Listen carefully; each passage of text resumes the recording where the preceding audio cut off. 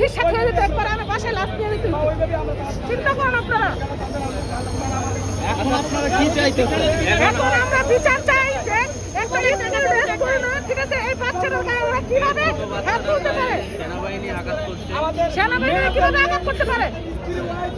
ওদের মা নাই, ওদের বোন নাই, ওরা আমাদের গায়ে কিভাবে হাত তুলে?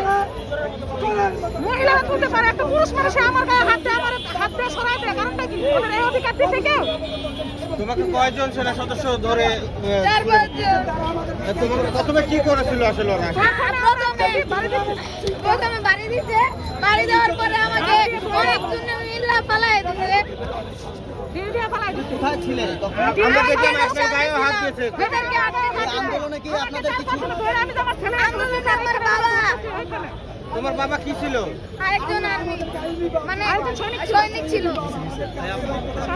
আচ্ছা,